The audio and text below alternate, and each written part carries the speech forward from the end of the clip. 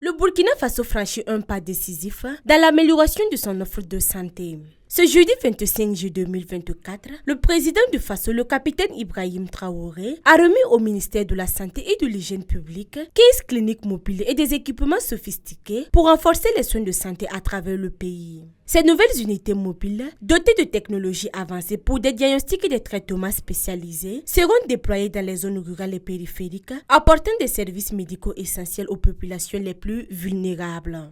La première présentation, c'était la chaîne de froid, qui doit concerner principalement les vaccins. On avait du mal dans les CSPS à pouvoir conserver cela. Les véhicules qui doivent transporter les vaccins jusqu'aux réfrigérateurs solaires, qui seront disposés donc dans tous les CSPS du Burkina, pour que ces vaccins puissent être conservés et lutter efficacement contre certaines maladies. La deuxième partie, c'est les cliniques mobiles. Comme vous pouvez constater aussi, il y a beaucoup d'appareils à l'intérieur. C'est surtout au bénéfice des femmes et certains publics cibles, notamment la mammographie, les échographies, les traitements de certains cancers. Et je pense que c'est assez énorme. L'objectif, c'est de rapprocher donc les soins des populations les plus vulnérables. Voilà pourquoi ce sont des cliniques mobiles qui seront dans toutes les régions du Burkina Faso. Et c'est ça la vision, c'est de pouvoir donner la santé aux Burkinabés où qu'ils soient. Le ministre de la Santé et de l'Hygiène publique a traduit toute sa gratitude au président du Faso pour cette décision gouvernementale innovante et de haute portée. D'abord, un message de gratitude, de reconnaissance à l'endroit de son Excellence le président du Faso, chef de l'État, parce qu'il s'agit véritablement d'une décision gouvernementale de haute portée. C'est plus de 2000 équipements de chaînes de froid qui vont venir faire en sorte que les vaccins puissent être conservés dans de très bonnes conditions. Cela au profit de millions d'enfants et de femmes de notre pays.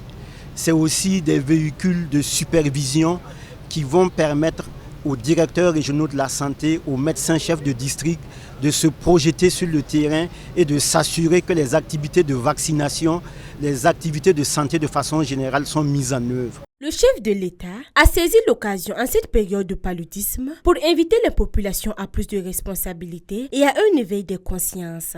Je vais faire une ouverture sur la période de paludisme actuellement qui sévit et inviter la population à plus de responsabilités, à ce que chacun puisse sensibiliser ses voisins. Je pense que la lutte contre le paludisme commence par la destruction des gîtes larvaires. Aujourd'hui, il faut que chacun dans son quartier puisse faire un minimum de choses pour assainir les caniveaux.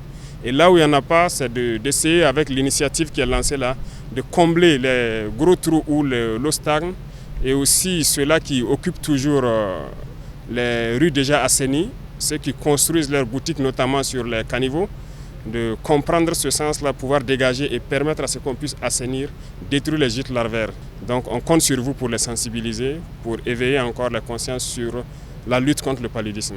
Avec la remise de ces cliniques mobiles, le Burkina Faso montre une fois de plus sa détermination à rapprocher les soins de santé des populations, en particulier celles des zones les plus reculées. Cette initiative marque un tournoi décisif dans la lutte contre les inégalités d'accès aux services de santé, prouvant que le gouvernement est résolu à investir dans le bien-être de ses citoyens.